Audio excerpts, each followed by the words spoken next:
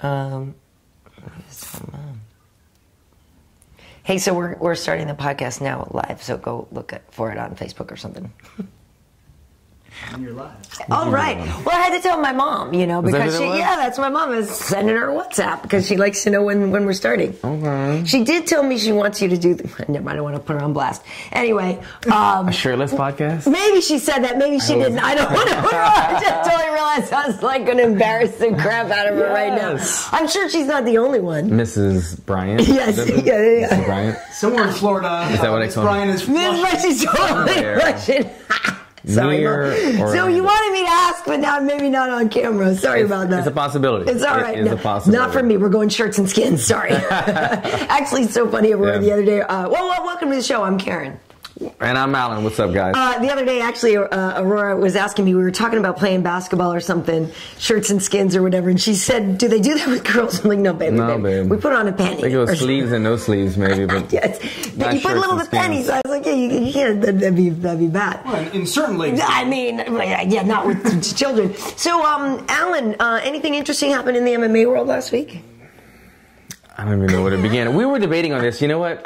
I think you're right, actually. Are they commenting already? Are people commenting? You guys on there? Yeah, we got Sarah Redwood, Joseph Boza, Edward. For those of you, as you're trickling in, we were kind of debating on which should we start with. Should we go right to the fights and get into the main event and the co-main event, which are some good fights, or do we address the elephant in the room, which is the Conor McGregor situation? Right. So we might have something already mapped out. But if you guys need to hear something right away, let us know real quick before we get into it. We can debate. I mean, we'll just start anyway with the card. As we know, it went through a ton of changes over the week. Yeah. And we lost. Initially, it looked like we were going to lose just 3 fights because it looked like maybe we would still be able to have the Felder, Iaquinta fight together because it seemed like maybe Anthony Pettis was the one that was going to get the shot. And with Mike Chiesa getting hurt, it seemed like maybe. So anyway, unfortunately, the Felder Iaquinta fight fell apart too, which bummed me out because that was one when I was working with Paul one day. We actually helped that come together. Like we were tweeting about it, helping. So I feel kind of gypped on that we didn't get to see that fight. One thing that Paul did tell me, though, I was texting with him, and he said he is getting paid. Okay. So I guess that hopefully that means show. Meaning a show, I'm assuming. I would think. I don't know if he was also getting win. But he did say he was getting paid at least something. So what? I don't know what but their consensus is they want Conor. Conor first. Interesting. Okay. That's what I was going to start with, but Karyn knows. I was saying we stay on track.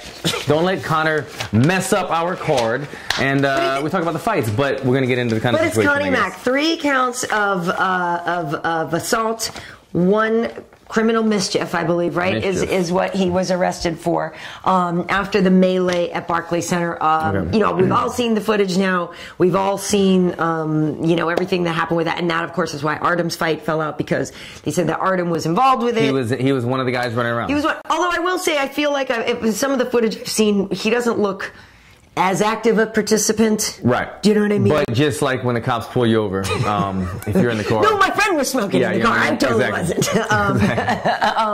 But yeah, so obviously, and that's the right thing to do. You couldn't reward Artem, I suppose, with that after. And you don't know what happened, but earlier in the week, let's rewind it a good bit, when Artem was confronted by Khabib. Right. Obviously, it didn't seem that bad of a confrontation. Right. It seemed like Khabib was kind of trying to resolve something. But, when you look deeply into it, when somebody puts their hands on you, hey, that's kind of putting like a hand on top of your head. That's it doesn't work in the world, especially with fighters.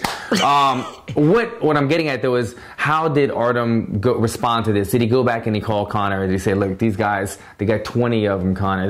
We need to bring our boys. Like I think is the one that ignited this. I don't think he knew. I don't know if anyone knew that Conor was going to react so explosively in this situation. But I think Artem is the one that kind of planted the seed for this to happen. Interesting take. Okay. Because nobody knows really what, or do they? I don't know what was said between Artem and Khabib in that. Yeah. And actually, Khabib was on UFC Tonight with us, and DC's his teammate. Yeah. And even DC couldn't get him to say what they were talking about. And it was interesting because Khabib was in this great mood, and then they asked him, what happened with you and Artem? And like his whole expression was like, went totally straight. Right.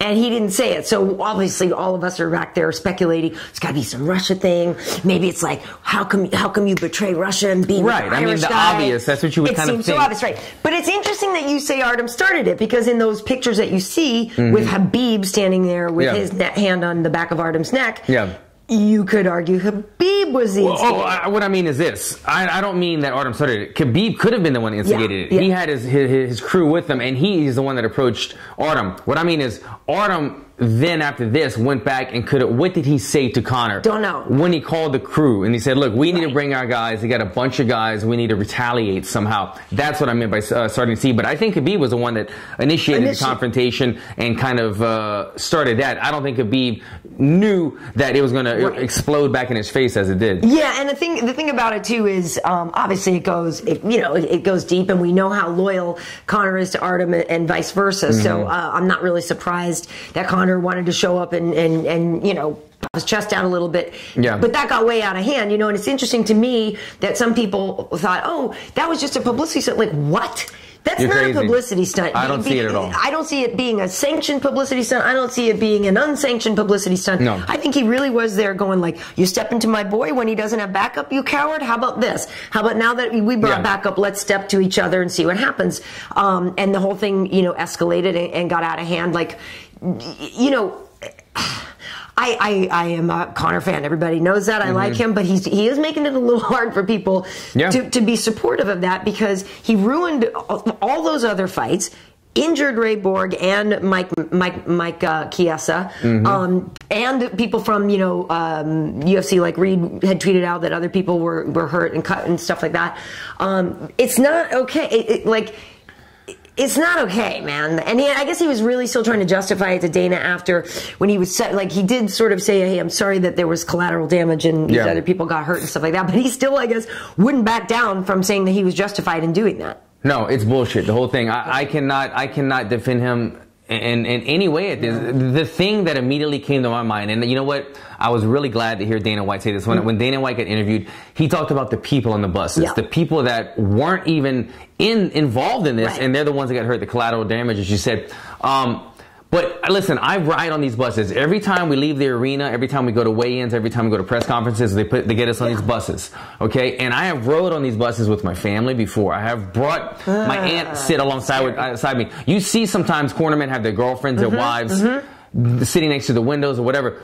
He did this. Conor grabbed a chair, and yes, he was the heat of the moment, but he's grabbing a chair knowing that he cannot see what's inside of this bus. Yes, he thought Khabib, or maybe knew Khabib was on the bus, but he doesn't know who's in there. He knows there's a bunch of fighters. Conor rides on these buses. He knows there's other people, sometimes women and children on these buses, and he still threw this object through the window, not caring. And from that, I have no respect for him in terms of the decision that he made. I think they need to make a decision, and they need to punish him heavily. We're going to get into this later, but talks of Khabib and Conor right away started circulating, and I'm thinking this is the furthest thing that needs to happen right now. They need to hit him with a hefty suspension, a hefty fine, and make other fights in the process while he's serving it. That's my opinion, Karyn, because how can you reward the guy with something like this? I see what you're saying. Okay, and to the first point about on the bus, Karolina Kowalkiewicz actually was talking about that. Yeah. She says, there were women on the bus. It's not even like women whatever. And granted, they're fighters and they're tougher. But if let's say that dolly had gone through the window, guess what? Karolina Kowalkiewicz, a little petite granted she's a fighter, but she's still a 115-pound woman, could have died. Like, if that thing hits her in the head, like, luckily, you know what I mean? When you watch the video, it hit the frame in between the windows. If it would have been centered and hit the window, right through the window, it would have right through and smashed Michael Chiesa. Right. Him not giving that any thought. And look, I get it. Heat of the moment, you don't always think clearly. But there's one thing between breaking into somewhere, punching the bus, and then grabbing objects and doing that when people are trying to stop you with no regard for the safety of other people. And that's what really...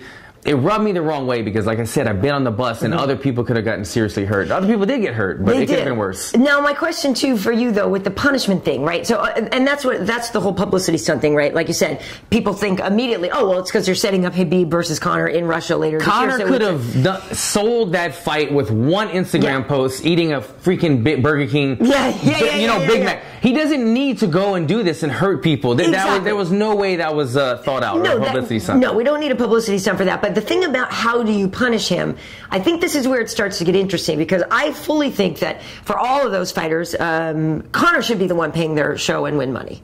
Do you know what I mean? Like, he should be the one doing it because he screwed all those fighters out of money. Well, I think there's going to be lawsuits to follow for sure. Right. But I mean, in terms of how do you punish him, I don't know. When you say suspend him, right? So he's already been out of the octagon 539 What days. is that, a year and a half or so? Something like that, right? So the thing about it is, and this is why, you know, he maybe why he acts this way is, right, because he knows that the UFC needs him more than he needs them now, right? So it's a weird thing, because to punish him and to ban him from the sport or whatever for some time, it's saying that we're not going to. Yeah, the business is not going to hit their targets for the projection for the next year. Right. Because so they're in an interesting place, right? Because there's the quote unquote right thing to do in terms of, yes, not rewarding somebody for bad behavior. They need to stand their ground on this one, But the right thing to do for the company and the shareholders might be, they might say, no, the right thing to do is make him fight Khabib, because, like, that was funny. Somebody misunderstood what I was saying. DC had tweeted out, oh, here's his punishment, lock him in the cage with Khabib, basically was, and he said, oh, you know, the champ has always got his teammates back, and people misunderstood that. I was talking about DC making a joke that, like, Khabib finally can fight Conor, but, like, isn't that the true story, right? We all really just want to see those two fight, and a lot of people think that Conor's ducking Khabib, like, so to me, I know it's like a semantic thing. It's not necessarily a reward to put him in there with Khabib, because Khabib will be an incredibly difficult fight for him. Yes. Do you know what I'm saying? But I don't. Looking at it from my point of view, if I'm a fighter and I have the opportunity, if I get in there and to fight Stipe, I'm probably going to lose. But I don't give a shit, because if I get rewarded, I look at it as a reward. So what? I might lose my fight. That's what I do for a living. Get punched in the face. I don't think, wow, this is a punishment. I think I'm getting a huge opportunity and a huge payday, and that's exactly what I want. So just because Khabib beats him down for 25 minutes, I don't think... It's still a reward, because Conor gets paid. It's still a reward, because at the end of the day, he's going to... No, especially if it's huge and heal up. Oh, I know. No, you're right. I'm not saying he shouldn't be punished. I'm just saying it's a difficult... It is. I totally get it. How do you figure out how to punish him? Do you start to promote the biggest, what could be the biggest fight in the history? Now you have... you've seen the kind of crowd. I mean, look at Khabib. Everywhere he goes, they're chanting Khabib, Khabib time, Khabib. They love him. He's got the entire country of Russia. Conor's the biggest draw. It makes sense. In this situation, I think Dana White needs to finally stand his ground. He felt like Conor stabbed him in the back almost. He felt like Conor did him and his company wrong, the actions that he took. Dana White needs to make an example out of Conor and suspend him for a long time. They cannot allow him to come back into the octagon after what he did, put everybody's safety, not only the fighters, but the UFC employees, almost ruin the card. How do you know he's not going to go to Russia and do some same antics like that and then screw the card up now? Now he's kind of a liability. You've shown, you've came down hard on John Jones. And look, John Jones has deserved it. But if John Jones is going to go snort some cocaine off of hookers one weekend and then get suspended, and Conor McGregor's allowed to do this and come back and make the most money he's ever made in a UFC fight, it's not right. It's not right. They need to take a hit on this one. I say they start promoting the other super fights. I want to see, even though we're going to get into this later, Tony Ferguson unfortunately had to go in for knee surgery this morning. He was about to fight the fight that we've all wanted to see. Now Tony Ferguson is in the hospital getting knee surgery as we speak, probably. Hopefully he heals fast. Tony. Heal up, man. But that's the fight that I feel like needs to take place, because the winner out of that fight would be the person that rightfully deserves the fight against Conor, in my opinion. Well, listen, and I don't disagree with you. You know, you do need to punish Conor, and you do need to, keep him from making more money. I mean, and I feel like at the end of the how do you keep Conor from making more money? I know, because, well, you know, I'm guessing he would lose the Burger King deal now, right? I mean, as a convicted, whatever, but... Which, it's bad. What is the deal with Burger King and all their... I know. Is it the Burger King curse out there? I know, but I feel like the whole thing shows that Conor needs to be fighting, like Conor needs something to focus his energy on, I think, right? I feel like this is him acting out of not having something to focus on in a way. It's almost like when you know, if you've got a little son, like when your kid is like hyper because they're almost not they're not focused on any one thing, given one thing to focus on. So, like, how about, you know, I feel like Conor should, I guess my point in this is, I wish he had been, you know, booked to have a fight. I wish he was just training specifically for a fight. Like, him just running wild and loose without a fight coming up or without something seems to be very detrimental to not only his sort of image, but his health, the safety of others. Like, I agree. You know, even me, and I think that I have a pretty level head these days, but even me, when I don't have a focus, a goal, a fight in mind, I get crazy. I always tell my wife, man, like, I need something to focus on. Conor's the same way. I completely agree with this. You would think he just had a child. He's a father now. I mean, think about how many millions of people look up to Conor. I mean, he's doing appearances everywhere he goes. He's like royalty. He's working with sponsorships like Burger King. So he's in the corporate, the mainstream world now. Those things alone should have him steering the right path, but he's not. Will Smith said something one time. He said, money shows who you really are. Because once you have money, look, you can choose to act like an asshole, or you can choose to help out organizations and charities. You have the power to do what maybe you've always dreamt of doing. And I think the money is showing who Conor really is right now, and he's acting like a brat. That's what he is. Yeah, it shows your true character. It's a real shame, and I agree with you 100%. Screw it. Book it for the 5th time. I won't be happy until I see Tony in a Khabib fight. Like, I won't be happy. I feel like it's going to happen. Obviously, Tony's going to need some time off. Well, obviously, he needs time for surgery. Khabib needs time off for Ramadan anyway, so, you know, he can't, it's not like he's ready to, you know, fight right away anyway. But yeah, the way we had the rankings the other day, because, you know, we announced Khabib as the undisputed champ, and I saw somewhere on Twitter somebody was like giving us grief for calling him the undisputed champ, but he's the champion, because as soon as they started fighting, right, they said Conor is no longer the champion. Tony was an interim champ, but since he couldn't come into the fight, they're like, well, you only need the interim champ when the champ is not active. Now we have the champ, Khabib, so Tony is not the interim champ anymore. So our rankings that we showed on the board the other day had Khabib champion, #1 Conor, #2 Tony. Interesting. Yeah, and so I hate that Tony lost his belt due to injury. I hate that, because I was so, you know, both of us here, obviously, if you haven't seen the show before, both of us are big Tony Ferguson fans. Alan actually trains with Tony sometimes. We have some really cool footage that you should look up of that. And I know Tony is out there, man. That dude is out there. He's a lone wolf. He's a cool ass dude. But he's intriguing. You know another thing that shows your true colors? I said the money thing, and that's things outside the cage. But when you're locked inside the octagon cage, that shows your true colors, who you are deep inside. And Tony is a warrior. He's nothing but heart. He will never give up, and that's one of the things I love about him. If he's a little cuckoo and wears his sunglasses inside of the studio, maybe that's why he tripped. I don't know. That's him. We're not debating his fashion sense or anything like that. We're talking about him as a warrior. I love watching him fight. So do I. For him to lose his belt because of this, it sucks. It sucks because, look, Tony stepped up and fought Kevin Lee because they needed an interim fight. They needed somebody to fight. The same thing just happened. Khabib just fought somebody who wasn't really deserving, no disrespect to Iaquinta, but he wasn't ready for that fight. And now he gets rewarded the belt, and Tony gets stripped, even though stripped wasn't the language that was used. But he, in a sense, he's still getting stripped. I think they need to allow Tony to still be the But you don't need an interim champ if the champ is active, and that's the whole point. He just fought, and he will fight again. He didn't get hurt in that fight. He just needs time off for Ramadan. So they allegedly have that September 15th date booked in Russia. It's not like Khabib is going to not be able to fight. September 15th. Yeah, that's the date. So I think that's the one that was on hold or whatever. But the interesting thing to me, I totally 100%. That's 5 months, right? 100% agree with you that Tony is another piece of collateral damage in this whole thing that sucks. So to square up the Conor stuff, yes, punish him. Please give him something to focus his energies on, and hopefully everybody. The Ray Borg thing, people were trying to give him grief.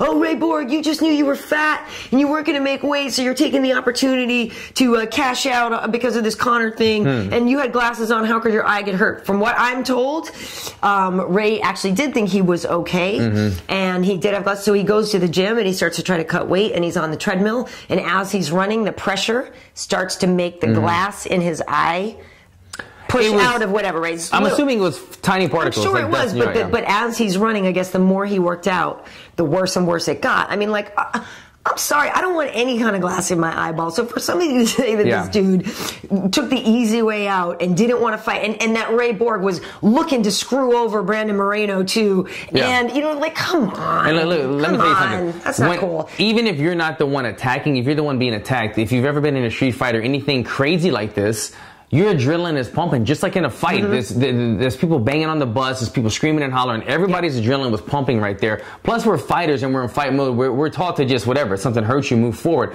He might have felt a little soreness in his eye, but his adrenaline was pumping. He's 2 days out from the fight. He's in fight mode. Later on that afternoon, when he went and worked out, and he said, you know what, things aren't probably working the way they normally. That's when he probably noticed it. So yeah, for him to right away on the bus be like, you know what, I don't think I'm. No, he's in like they were probably in defensive fight mode the whole time, trying to get off of the bus and fight Conor, not claim injury at the time. Yeah, it's crazy. And he even shared, like the hospital report and stuff like that. So my point there is just like, seriously, people, seriously, like you think he's just taking the easy way out? I think it's crazy. But I have a question for you. Oh, go ahead. No, I thought it was interesting. We have some people from Ireland watching. One user, Irish Technical Thinker. Hello, Irish Technical Thinker. Conor McGregor is an embarrassment to the Irish. Yeah, well, that's what I was curious about that, because somebody had tweeted me and they said, "Oh, I'm done with him and Ireland's ashamed." And I said, "Well, I don't know." I retweeted him. I said, because to me, I've seen a ton of ride or dies. Like it seems like that Conor can do no wrong to a large degree of his fan base. That even in this situation, that people were still defending him, and that he has fully committed ride or die fans. Yeah, no. To me, it doesn't matter, because I'm never on the bandwagon Conor guy. I love watching him fight, and I respect him because of everything he's done. But I'm not one way or the other. I don't hate him, and I don't like everything he does. But it doesn't matter. If it's Conor McGregor, black, white, whoever it was, somebody acting irresponsible like this with no regard to safety. Like I said, the biggest thing I thought of is, man, if that was me on that bus with my family, I would have been, it would have been bad. I would have been out to find Conor McGregor. And you have to think about the money as well. Lefty southpaw matchup. We should have made a matchup for that. Tail of the tape. But the amount of money lost, okay? So Michael Chiesa did not get to fight. Let's just make up some numbers real quick. Let's say Michael Chiesa fights and he's making 80 and 80. So he possibly would have won, made 160 plus a $50,000 possible bonus. So he's somewhere along the lines of $200,000 plus all the revenue generated after from sponsorships. And then maybe that fight set up another fight where he was maybe entitled contention. You have to speculate like this, because fighting is a momentum and an opportunity game. It's all about momentum and jumping and seizing opportunities. He did not get that opportunity. He did not get to continue his momentum. He might have lost $500,000 this year because he did not take that fight. And I'm just making up numbers, but I'm saying this is how it works. You could have a great fight and make $500,000, a quarter mil, or you could have an okay fight and make 20 G's. This is damages lost because of the Conor incident. Now he can't feed his family. Now this is money that he was hoping to make that's not happening. If I was one of those fighters, I would be saying, look, I want paid up. Conor's got to pay up. Well, exactly, too. And that's the whole thing with Paul Felder saying he's getting paid. But I said, okay, well, do you have a fight now? Like, I thought maybe they could switch him and give him something. Rebook it. Right. Well, because are they going to if it's rebooking for Al's going to need X amount of months, right? Till he can fight again. So, but that, Paul's from the East Coast. I thought, oh, maybe he can get on that Atlantic City card. Well, he's calling that card as a commentator. Oh, really? So he can't get on that one. And then he said, so as of Saturday afternoon, he didn't have another fight booked or anything, didn't have anything. And again, it's like... This is the one thing that you probably have an answer for. I didn't hear the topic yet. But why was Paul and Anthony not allowed? They're teammates at Rufus Sport. So I don't think they wanted to fight each other, because I know that was the whole thing. That's what I said immediately too. I was like, why aren't they fighting each other? Duke. But I don't think getting all the good strikers. Yeah, I know. But it's like you kind of want to go to Rufus Sport and watch them fight, though, right? I kind of want to see what would happen with Felder and Pettis. What? One last thing on this topic. Yeah, I was talking to Pat after Rose defended her belt and won. Imagine if Rose had got injured. No, she almost didn't fight. No, she had like PTSD. But if she got injured, Pat Barry was going to be hunting down Conor. Yeah, sure. Yeah. Don't leg kick. Don't let Pat. He would have been leg kicking. But no. Rose actually had, she was like traumatized by that, and that really did bother her, and she almost, didn't fight. Like I wonder if Pat was on the bus with her when that happened. He wasn't. But so here's the question, of course, with the Conor thing, and I said, like, a lot of us, obviously, we really just wish it was Conor in there with Khabib having that fight. But other than that, I really wanted Tony versus Khabib. We didn't get Tony. Then Max was going to fight. Max had to cut a huge amount of weight. come in. What I'm told was that Max was cutting his weight on Thursday night and everything was going well. And the commission was checking on him. Max was good. He got to within 5 pounds away, but that was like early in the morning or whatever. And they went to check on him, and the commission said that he was like unresponsive or something. They didn't really like what they were seeing from him, and they wouldn't let him go cut anymore. Gotcha. Which does beg the question, like, why couldn't they still just fought at a catch weight? But I know that they really wanted this to be a title fight, obviously, so they wanted to find a title fight opponent for for Khabib. But it totally sucks to me that, for Max to go through all of that stuff to get 5 pounds close and not be able to do it. Because Al, finish what you're saying. Well, my question to you is, looking at that fight with Khabib, and we know that, Al has good wrestling and, probably better pure wrestling, you could argue, than Tony or Max. But Tony and Max are better strikers, even though Al has that power. But I guess my question to you is, how do you think the fight would have gone if it were Tony or Max in there against Khabib? Obviously, if Khabib can't get the takedown, he was very effective with that jab. But it's interesting, right? Because Max is a little bit of a slow starter, right? But coming in on a fight like that where you weren't ready, you had to go balls out first right away, right? Yes. So you never know. Like, Max or Tony could have touched up Khabib a lot, right? I wish we could have seen it because it just continues the argument that this fight has been tried to make. I gotta see Tony fight Khabib 4 times. Damn it! I gotta see what happens with that fight. As far as Max Holloway, you know what? He was a late replacement. He's a smaller weight class. It would have just been fun. It would have been interesting to see with the faster, smaller guy. I say smaller, but shit, he's walking around 185. But then again, Khabib's the only guy that walks around probably around 200. So Khabib would have been the bigger man. It would have been intriguing. Getting into that fight, I gotta say, Al is nothing but respect for the man. He took that fight. One of the toughest matchups in the entire UFC is going against Khabib. So not an easy matchup, but man, like, I feel like he does so much boxing over there. I thought his head movement would be better. I mean, I could hear Ronda Rousey's coach, Edmund, head movement! We were all screaming that during the fight. I cannot believe that Al would not get off the firing line, off the center line with the jab now and then. He wasn't throwing any feints. He wasn't slipping. I mean, at one point in the fight, I remember seeing Khabib do like 5 jabs in a row. And they were all the exact same jab. They weren't like variations of it. And at that point, after 1 punch comes, 2 punch comes, then you're thinking, okay, next time I'm countering, I'm sliding out, I'm slip countering. Anything like that, but he wasn't doing it. And I'm not trying to kick a man while he's down, but there was a lot of technical errors that Al made in that fight that I was really shocked, because he's known for being a really tremendous striker with lots of power and good boxing. His boxing was not on display that fight. I feel like the best thing they showed me was that he wasn't held down for 25 minutes like most guys are with Khabib, but his striking, I felt, wasn't up to par in that fight. Yeah, I know Rashad was saying, and we saw Al like this, that he really wanted him to go straight up the middle.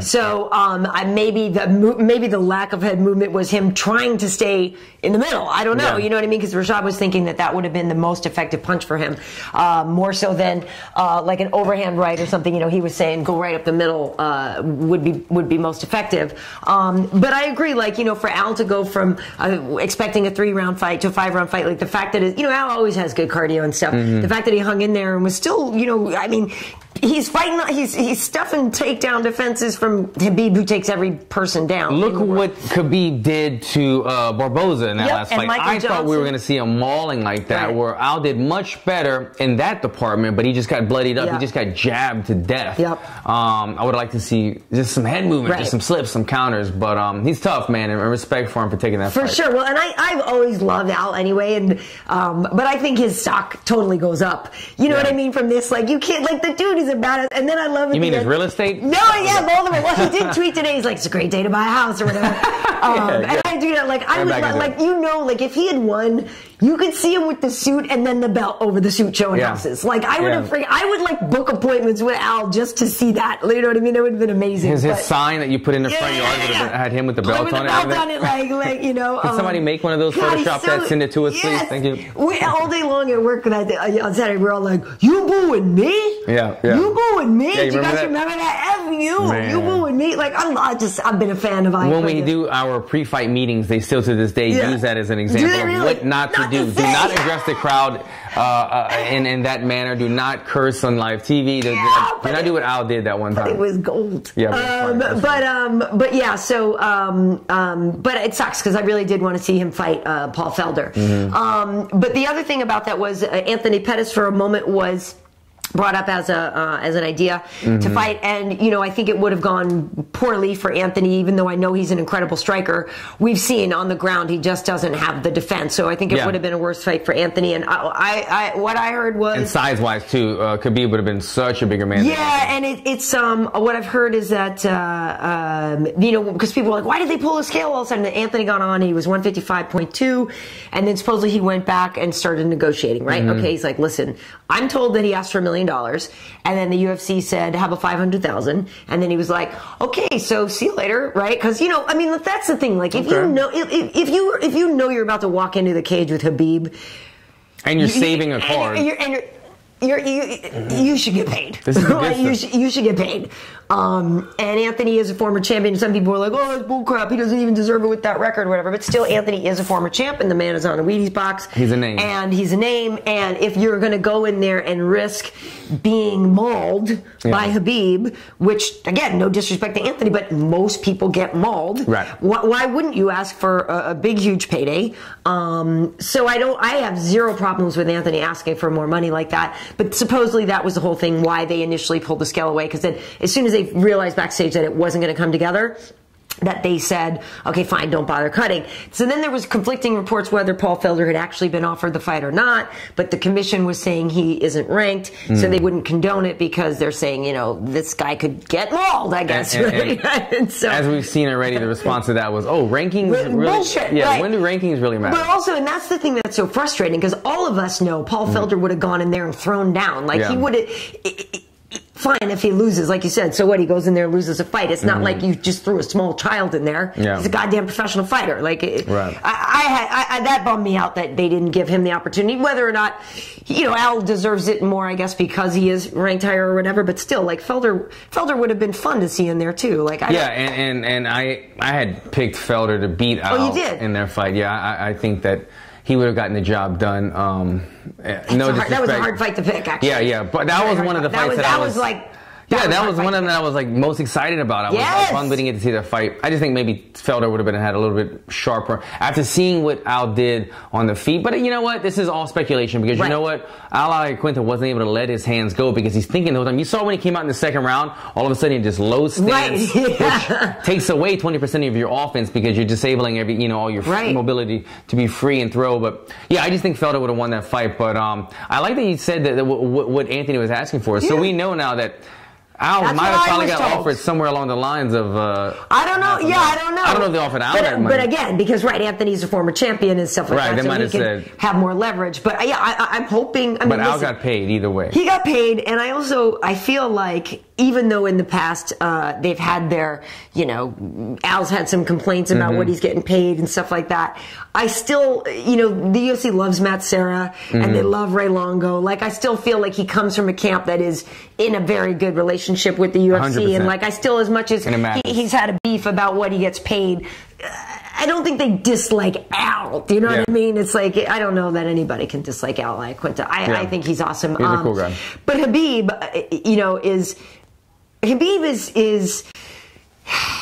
I love his vibe, right? I love his take on everything. I loved Iaquinta is real gangster. That whole bit.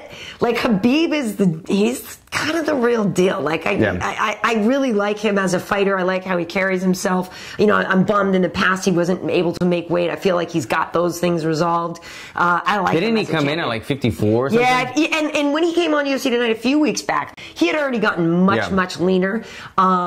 But I just like everything about like how he carries himself, and I think I do too. I'm down. I do too. Yeah. I like the way that he's done stuff in the past, and he's a good champion for the sport. For sure. I just think that it needs to be resolved once and for all. Khabib Ferguson, whenever Ferguson gets done, the winner of that takes on Conor after his 1-year suspension. Are any questions about that before we move on to Rose and Joanna? Well, there's some people criticizing Al, saying, you know, he shouldn't. How is he even ranked in the top 15? And he didn't look good on the ground. He knocked the crap out of Diego Sanchez, and people go, "Oh, Diego's punch drunk already." Okay, whatever. He beat Jorge Masvidal. Granted, it was split decision. You booing me, but he beat Jorge Masvidal, who beats a lot of people. Yeah, at welterweight. Yeah, exactly. And you know, Al had some time off. He was a little inactive, right? But okay, a lot of other people haven't beaten Masvidal. So all of you that are saying Al sucks and that he shouldn't deserve that ranking, like. Wrong. I mean, he's a tough dude, and he was ranked number 11. You could dispute the rankings all you want, but he was ranked number 11, so he was the most deserving guy to get on. Right. And as you guys mentioned in the UFC, FS1 post-fight show, Al went all 5 rounds. That itself was an upset. Yeah. Yeah, I mean, most people don't make it 5 rounds with Khabib. Yeah, I mean, he did better than Michael Johnson. He did better than Barboza. Right, but then, you know, of course, the haters are like, oh, Khabib took it easy on him on purpose and didn't want to embarrass him. Yeah, so well, I mean, he just didn't maul him like he Khabib wasn't having a conversation during the fight. Right, and by the way, no fighter, Alan, have you ever sat there in the octagon and been like, you know what, let me just play around a little because I know I'm winning, and even though there's a chance of a lucky punch, like, let me just stay in here longer than I need to. Why would you ever do that? Only Usman has said that he went like 30%. Well, but then we misunderstood him. Yeah, right? It was 30. He was only 30% healthy. We misunderstood him. But who would ever risk toying with somebody in the octagon with a professional fighter with one punch knockout? Let me tell you something from experience. So stupid. When you go into a fight, and it ranked, non-ranked, whoever you're fighting, you're still scared to death every single fight. It's a mixture of emotions. Should be. Excitement, nervousness, anxiety, scared, joyful, everything. But it's always the same. It's still escalated 100%. After the fight's over, if you knock a guy out in 15 seconds, you didn't even get touched, and everybody's like, oh, that was like easy. You still had to go through those emotions. You still had to like battle that stuff of thinking, I might die tonight, or I might get embarrassed, I might get knocked out. So every guy still has to go through that, and he went through that night. He came out, Al went 25 minutes with them. He did a lot better in the grappling department than most anybody that we've seen going against Khabib. So you have to give him props for that. Yeah. I just personally wasn't impressed with his stand-up, which he's really known for. Got it. And then the other thing you haven't mentioned, he was only trained for a 3-round fight. No, we already said that. Oh, Yeah. No, we said that. So moving on. Rose, there you go. And still.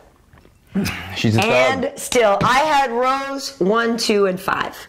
So I totally agree with that decision. You gave 4 to Joanna. I gave 3 and 4 to Joanna. Okay. I'm 100% agree with the decision that was made, and I know that the strike count and everything was much more in Joanna's favor. But when you look at damage, one of those women left looking way more damaged than the other. And like I said, I gave Rose 3 rounds to 2. Yeah. I agree partially. You thought Joanna won? And this is the thing. No, I don't know. I really don't know. Rose looked magnificent. I had picked Joanna, so although I like both girls equally, I really am a fan of both of them, honestly. It's hard not to be. But when I pick somebody, I'm kind of just rooting for them just to prove that I know what I'm talking about. Right. That's just the way it is. No, that's how we are. We're such narcissists. Exactly. I just want to build I just want to win. So I love both girls, and I didn't want to see any girl get hurt, but I had picked Joanna. And let me say this as well. The reason that I picked Joanna, because her last fight, she did not look as sharp, okay? She, the weight cut or not, I don't know if that was an issue, but going in there, I said this already, she just looked slower. She was throwing lazy kicks, not retracting them fast, and not having any setup. So with that, every time somebody asked me, who are you going for? I said, until I see Joanna at 100% go against Rose, I have to stay with the champ, because she's always been faster and better. As soon as the fight starts, like I said, I like both girls, but I picked Joanna. I'm trying to watch Joanna, because usually when you have a fighter that you like or you picked, you watch what they're doing on their offense. For sure. You're not watching the opponent. Because you're looking to see the good things that they do. That's why you get biased sometimes. Totally. So I'm trying to watch the fight blurred. I'm trying to like blur my eyes and just watch the action. And I could not, Karyn, I could not take my eyes off of Rose. Yes. She was moving so smooth and fluidly. Swagger, man. She was out of the way of everything Joanna was throwing. She was countering beautifully. After the first round, it was just like in my head. I said, shit, I don't think, even though there's 4 more rounds to go, I don't see Joanna doing anything. I wanted to see how they paired up 100% against 100%. And Joanna looked sharp. Both girls looked so sharp. But Rose is just, she's able to hang with one of the best Muay Thai fighters in the world, in Joanna, and just outclass her, and she did that. She looked amazing. I gave Joanna, even though I was going for Joanna, I gave her round 3. Round 4, I wasn't sure about, just because Rose looked so smooth that I gave her round 4 as well. So I only gave 1 round to Joanna in the fight. Yeah. Okay, well, it's interesting because, and one thing people should do, you should go back and look at our last week's podcast, because we kind of gave our predictions then, and I feel like one of us said that they thought that Rose Namajunas just is the one woman that has Joanna's number. Who was it? She's got like all I heard was hair. spirit animal. I know, and I got to tell Joanna that the other day, which was great. No, I know. I'm conflicted. And literally at work, everybody's like, what is your problem? Because I'm going mental. It's like Dr. Jekyll and Mr. Hyde, right? Like your 2 favorite fighters are up there and you don't know what to do. But Joanna is my spirit animal, and I actually got to tell her that the other day on Wednesday before we did our interview on UFC tonight, and I was talking to her. I like that you've been interviewing both. Oh no, and I was like, listen, I was like, every time I go out to play tennis, I'm like, you're inside me, and she, just thought it was pretty fun. I told Karen's her getting in all the I know, I did. I told her, I was like, no, you're my spirit animal, and like every time I'm out there on the court, I'm thinking I'm you, and that doesn't change. That doesn't change with Joanna losing a fight at all. I think she's just, amazing. That said, I did say I think that Rose is just the woman that has her number, and I think that's actually a good description of it. And it is. And the thing is Rose just does keep getting better and better and better. And I feel like, obviously there was the confidence knowing that you won the first fight, and also just that, like you said, she just seemed comfortable in there at the beginning, and Rose seemed to be able to dictate everything. But I did see, as the rounds went on in 3 and 4, those leg kicks were working, right? So Rose's mobility wasn't as good as it was initially. That did look like it was starting to affect her. And you could see a little bit of an expression change on her face. And Joanna is so incredible. And that's what we're saying. She got a lot of touches in there. And the actual punch count was incredible for her. And Joanna looked great. I thought she looked great. I just don't think she won more rounds. But I 100% agree with you that, like, the first fight she didn't look to be herself, and this time it looked to be the real Joanna that we got. There was no excuse. There shouldn't be any excuses there, and I know she's clearly frustrated by not winning that fight. And it is hard when the numbers tell a different story. Yeah. But again, damage comes into play now, right, with the new rules and all this stuff. And Joanna definitely was a lot more damaged in that fight than Rose was. So it was such a good fight. Look, you said that you think that Rose just has her number. I do. And honestly, that's just... Because I still think Joanna beats a bunch of other women. Right. And I think that's a simple but accurate way of putting it, because Joanna is so used to being the longer, the faster fighter, the rangier fighter. Yep. She has all those assets that get her through the fights. A lot of the girls that Joanna goes against, they're the Jessica Andrades. Yep. They're the shorter, stockier, I have to take you down because you're too good of a striker. Rose, on the other hand, when seeing them side by side or battling 100% against 100%, Rose is the one who is her counterpart, who's equally good, has the range. She's as fast as her. She's got smooth striking. She's a good counter fighter, and she has that ground game. I think she really just does have her number. Joanna was so used to being the faster fighter, and she finally has somebody who's faster than her, and it gave her trouble. We saw it in the fight. We saw immediately from round 1 that Rose was a little bit, fraction of a second, faster than Joanna, and has great countering ability. This is my question going forward to you. I'm going to ask you. I'm going to put you on the spot. Joanna passed all the tests, right? When she went against the tough, the strong girls, the wrestlers, the grapplers, all these girls that were just could take a beating but move forward. Right. Rose now needs to go against the Jessica Andrades, these tough Brazilian women that are out there. How does she fare against those type of matchups? It's interesting because I know what you're saying. Andrade takes everybody down. She is the pile driver, and she's like a little John Lineker when it starts to get in with her striking. But Rose has got that movement, right? So it's not. I don't think Jessica's going to be able to just back Rose up into the fence and tee off on her like she does with other people. But when it comes to the takedowns, but Rose is a submission threat, though, right? Right. So that's the thing, right? So if you're going to take her down, You have to, yes. And it's a double-edged sword, though. Yeah. Rose has great jiu-jitsu, and I'm not using this against her. I'm just using it for the sake of this conversation. Yep. Sometimes jiu-jitsu people, when you get in that 50-50 position, am I going down or am I staying up? They will go down because they feel comfortable off their back, where Joanna was always like, I'm on hot coals and need to get off the mat. Yeah. Rose is comfortable off of her back. Will she try to work for submissions that won't be there against tough grapplers from the top side position? I am completely on Team Thug Rose. She is phenomenal. I was wrong. Joanna was not as good as her. Rose is the new champion of the world. She's amazing. I just want to see how interesting it'll be when she starts battling some of these tough number 2 and number 3 spot girls that she has to go against now. Because we do know back in the day for the Ultimate Fighter finale, she lost to Carla Esparza, and it was Carla's wrestling that did it, right? So to your point, yes, a pure, amazing wrestler could give her some real trouble. Obviously, that was several years ago, and we know that she's worked on it. But yeah, you know, if you're talking Andrade, if you're talking Gadelia, you know, these are women that can really take you down. But Rose, I think, has a decent gas tank and all that. So, you know, the wearing out of the wrestling defense, I think she could hang in there a decent amount. But it's interesting. We know that she actually lost to Karolina Kowalkiewicz. You know, I know Karolina now with her win over Felice is trying to look and get back there for that rematch. You know, Andrade is I feel like Andrade is the one who should be next. But yes, was Andrade's last performance when she put away Claudia? Was that that was when she did to Claudia what Claudia usually does to other people. That was such an impressive fight. Yeah.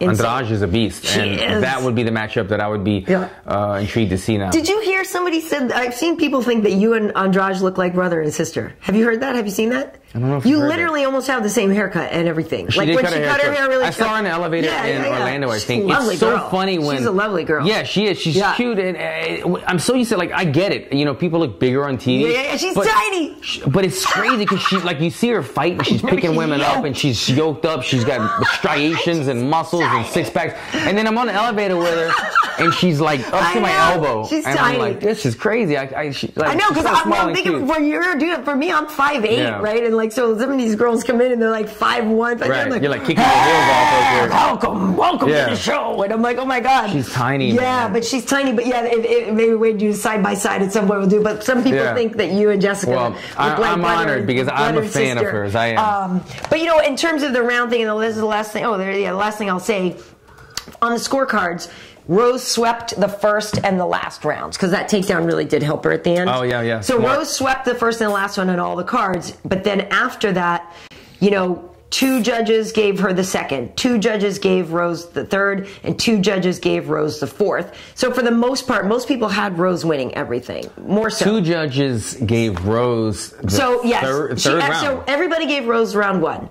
Round 2, 2 judges gave it to Rose. 1 gave it to Joanna. Okay. Round 3, 2 gave it to Rose, 1 gave it to Joanna. See, I thought that was Joanna's strongest. Totally. Round 4, 2 gave it to Rose, 1 gave it to Joanna. Wow. And then round 5, she swept. But I totally disagree. I figured, it would be flip-flop that. I clearly thought Joanna won the third round for sure. I did too. And like I said, I gave Joanna 3 and 4. Yeah. And this is, even though I gave Joanna the third, and like I said, I was kind of rooting for her just because she was my pick. This is the funny thing about fighting. Okay.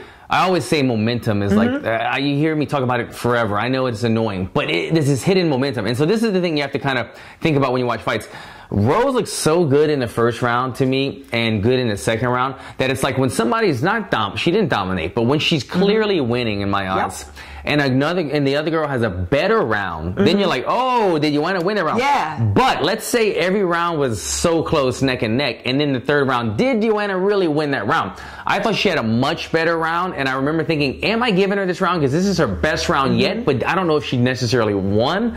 You always have to put that in the play when you're judging a card. You can't, in my mind, or this might be realistic, but you can't just think, well, the momentum shifted. She's having a much better round, but she did not win the round. So I gave her the third round. That's the reason I did not give her the fourth round, because I thought maybe I'm just thinking about this momentum game too much, but I didn't know if she really won. But that's exactly the word we were using in the avocado room. We all said momentum's changed. Okay. And that's what we're saying. We gave her, like, literally, I tweeted out, I was like, yo, it's 2-2 in my mind heading into the fifth. So I don't think you were mistaken by seeing that, but I know what you're saying. Like, just because there's a momentum shift doesn't mean she's doing better, but she still might not be winning. May not be winning. But yeah, but one other thing I wanted to touch on before we get out of here was, on the title fight things. Khabib now, he joins the esteemed company of Anderson and Hoyce as starting their UFC careers off 10-0. So that's pretty cool. There you go. So now we got another name for the books there. I mean, Khabib could be dude, he could among a very short list of people with some of the accomplishments. He's going to be able to choose. And he's, what is he, 29 years old? He's not old, yeah, and he's got time. And he's a grappler. He's not getting punched in the face as much. Yeah. So I thought that was interesting. And I know he called out GSP after. I don't know if there's a lot of excitement to see Khabib GSP. But anyway, so those were the two. Got the Jessica. Yeah. Well, we need it with the short hair. That we need the. Oh, this is what I found. Is this right here? Yeah. Am I side by side with it right now? I think she might have bigger arms than you, though, bro. Hey, chill out. You better take that one back, Karyn. That's below the belt. She is swole. I need to get on the Andrade workout, man. I love that chick. She's badass. Okay, so the other. What else happened there? The other. You train with Moicano. No, you don't train with Moicano ever. I actually had picked him. I got that one right. Cavalcator is good though. I like him. Okay. Zabit Magomed-Sharipov. They got fight of the night, correct? Yeah. Okay. And they should have. Yeah. Zabit's the real deal. I'd heard nothing but great things about him from Rashad, who's trained with him at Mark Henry's gym. Corey Anderson was out tweeting about him, saying how great he is. Like, everything that you hear about Zabit is like, this dude is amazing. He, Rashad describes him as like a parkour artist, you know, mixed with an MMA artist, like, kind of like how Tony is too, you know. Yeah. But anyway, you know, so much buzz coming into this guy, and actually was very surprised that he was fighting on Fight Pass, because there's so much buzz about him, of course, with all those fights falling out. He got elevated to the main card and then wins Fight of the Night. It's like, you were going to put the Fight of the Night people on Fight Pass? Like that. I mean, I get Fight Pass wants good fights too, but don't put me on Fight Pass. No. Unless it's like headlining and it's like a show and we get to go give to me some commercials. Maybe Fight Pass in Thailand and we get to go to Phuket and all that and hang out. But anyways, Zabit, my point here is just, I think he is the real deal. Yeah. That fight was incredibly exciting, and props to Kyle Bochniak too. Like, dude. Yeah, he was good. He was tough. Yeah. He stood there toe to toe with him. It takes two to tango, man. Exactly. And he didn't get taken out. And not only did he not get taken out, he did a lot more than that. But he brought the fight to him. Zabit. Yeah. I think his first fight in the UFC, first and second fight in the UFC. The first one that I saw of him was when he fought Shayman Moraes in Japan, I believe it was, and one of my Black House teammates, who was a phenomenal striker. And Zabit was able to do a lot of stuff against him and submit him, I believe. He submitted him with a Darce somewhere along in like the second round. So he's phenomenal striking. 6'2"? 6'1" or 2", 6'1" or 6'2". Crazy. I think he make 145. Making 145. He's got that kind of size. Phenomenal striking. He's got a ground game to boot. The guy's the real deal. I look to see bright things with him in the future. Well, your buddy Bryant makes 145 too. He's pretty tall.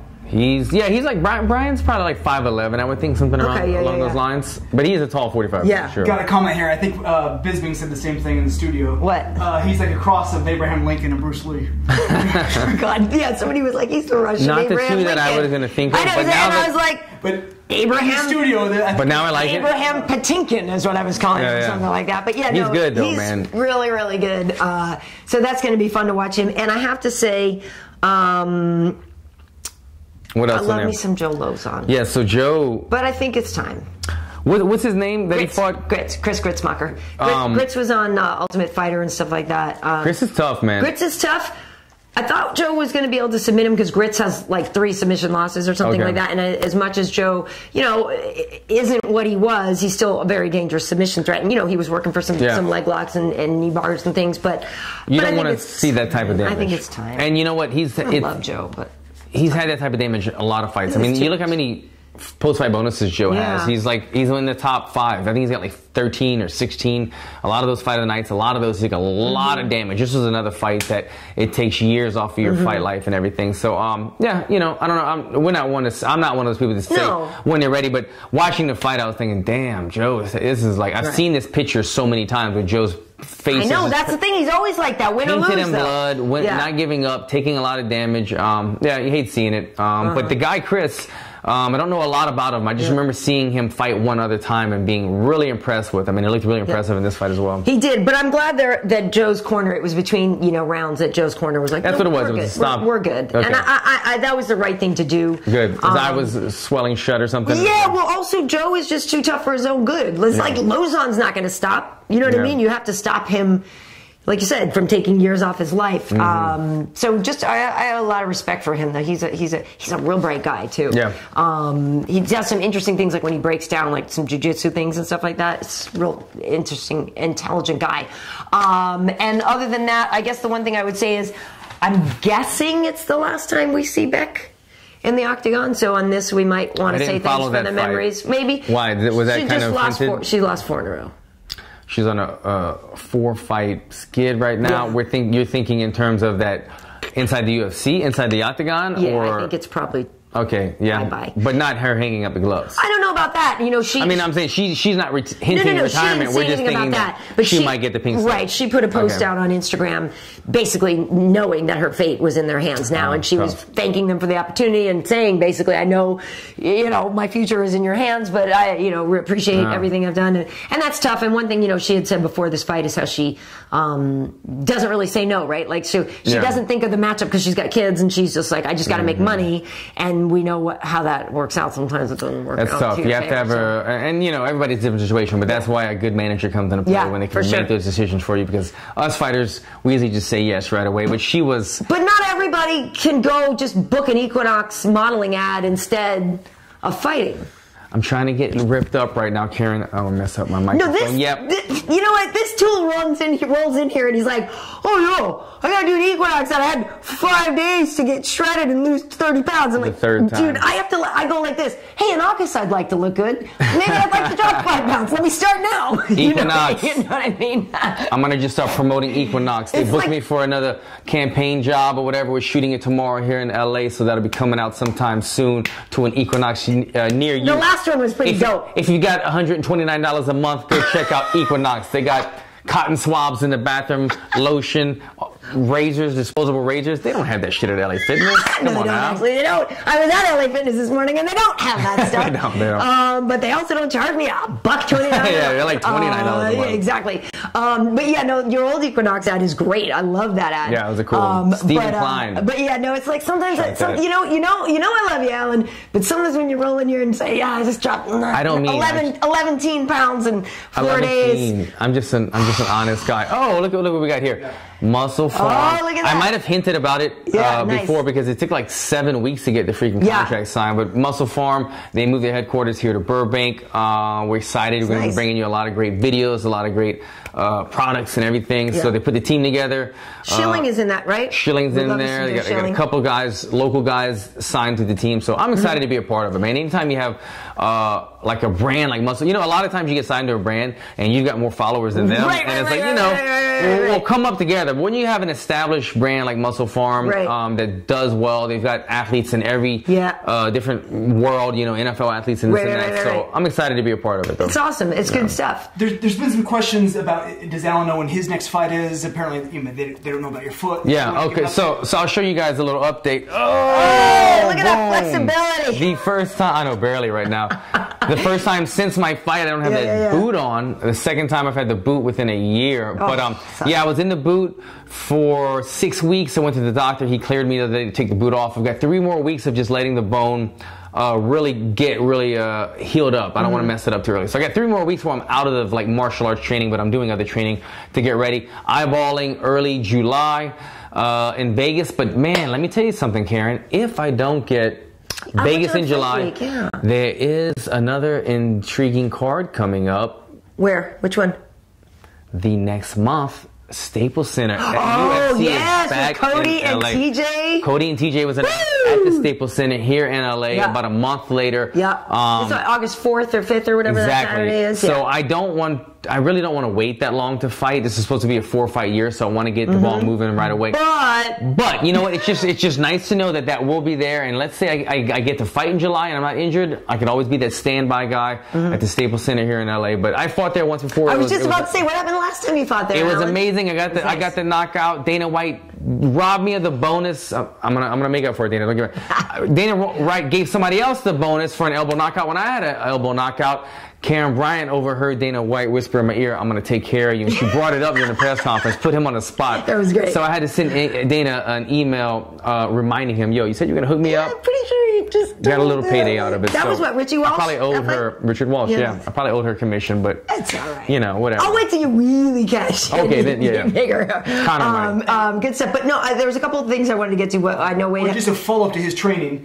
Sareem is asking, and I don't think we've ever talked about this. Alan, what age did you start jiu-jitsu, and what age did you actually begin training MMA? I'll do it real quick. I walked into a gym at 25 years old, started fighting Muay Thai. Jiu-Jitsu was about 2 years later, and then MMA was shortly after that. But yeah, a lot of people ask me, am I too old, am I too young, whatever. I didn't even go pro until I was almost 30 years old. So I was 29 when I went pro, where a lot of guys these days are professional at 21. So yeah, you have a ton of time, but I've been doing Muay Thai for about 12 years now. Very cool, very cool. Before we talk about Gaethje Poirier, because I'm going to Arizona this weekend, which will be great. But with the Rose and Joanna fight, I don't know if you saw, Ronda had tweeted out, like, she was so, she was just like, oh my God, this is so great. Like, watching these two women throw down, they're representing the sport so well.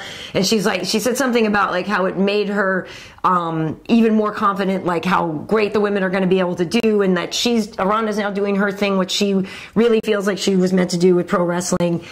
Nothing but positivity. Oh, I know. It was such a great weekend for girls. Now, I don't watch pro wrestling, and I don't like pretend to know much about it. I did see like the Gorgeous Ladies of Wrestling once back in the day, the Glow. I really don't know much about it. I follow, Shayna. I've known Shayna a long time, so I know Shayna's doing really, really well with it. But just from the clips I saw, I didn't, get the paper, but it looked like Ronda did great, right, with Kurt Angle and stuff. Like, and she put the hands on. Right, it looks, and it's like Triple H. And it is funny because when you see her doing that, then you're like, oh yeah, that's what she's meant to do. Like it does actually seem like the right thing for her. I'm happy for her. Yeah. She's a special girl. She's an entertainer. Yeah. She made her mark in the UFC world.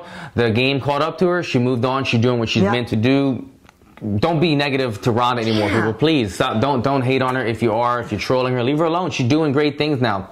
Let her do her thing. Did you see, by the way, that interview that Ronda had with Max? Who was the reporter? Max Kellerman? Which one? It was man, I can't remember who it was. Oh, it was about the time travel or whatever? Yeah, and he was like, would you be able to come back or something? And Ronda got real pissed. You could tell right away. I don't know. It was a funny interview. If you she didn't like that. I know people kind of give her grief. That's one thing people do give her grief about, is not handling the losses well. But but you know what? That's kind of what made us fall in love with Ronda from the beginning. Yeah, she was that attitude, right? Right. Remember, she was a do-nothing bitch girl. She was saying these wild-ass things, but she was winning, and all of a sudden people fell in love with her when she was losing. That's just the fight game. But you know what? Nobody's perfect. People say messed up stuff. She doesn't always say the right thing, but let her. I'm glad she's having success, and she's bringing more eyes to the WWE world as well. I'm happy for her. But as I mentioned, I'm going to Arizona. By the time I get to Arizona, anybody out there a Public Enemy fan? Arizona. Yeah, I thought you were going to go.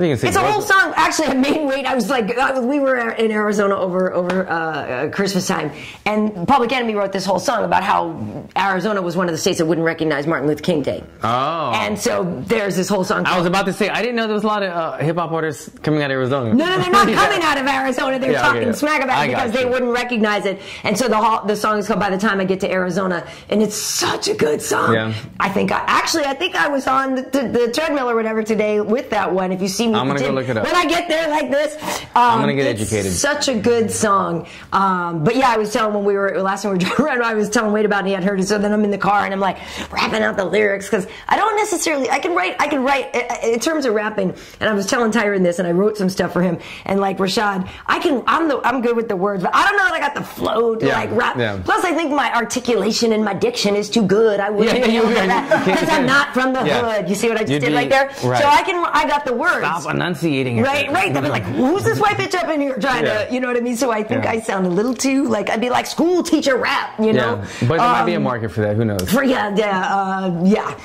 Grammar rap. But anyway, it's no secret who Alan is rooting for this weekend.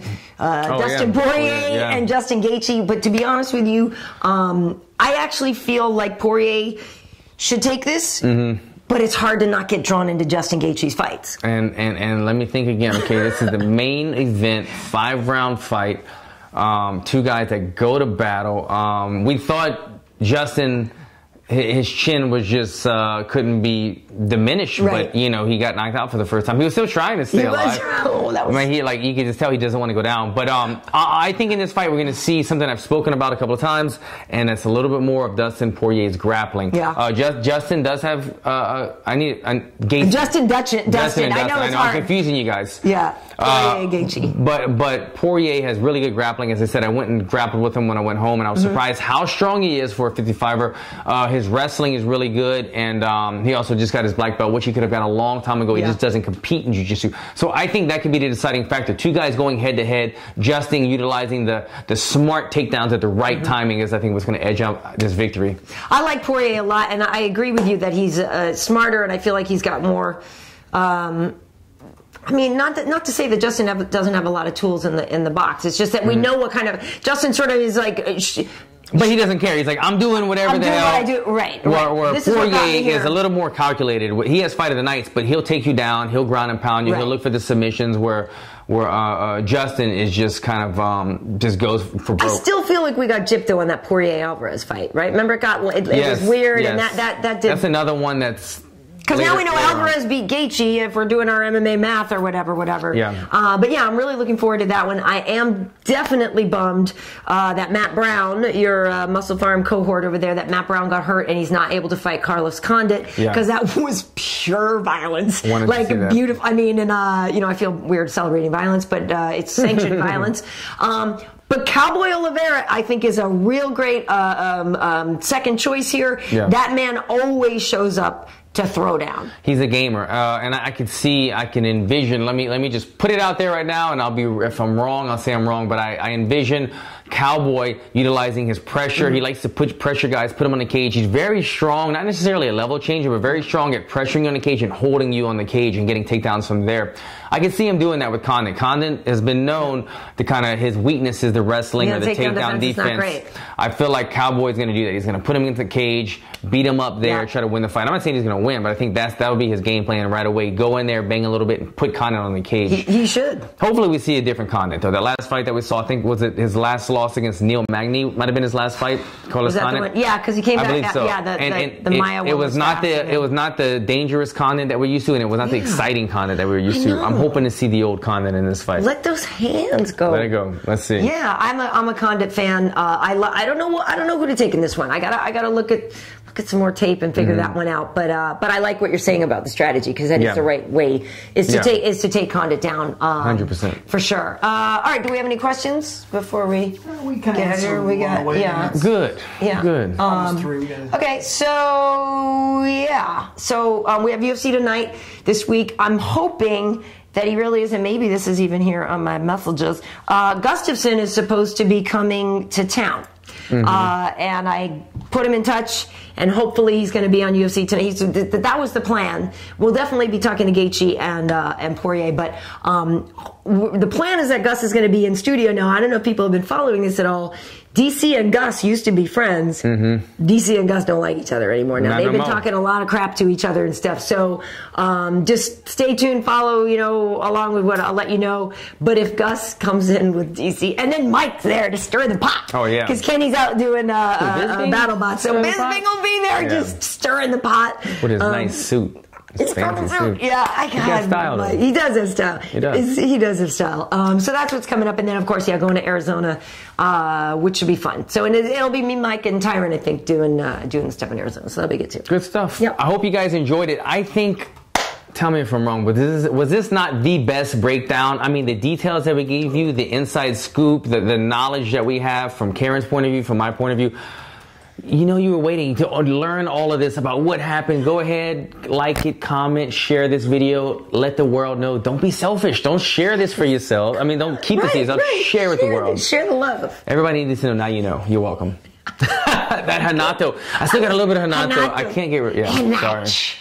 Oh, God, that dude is funny. All right, awesome. So on Twitter, I'm Karyn Bryant.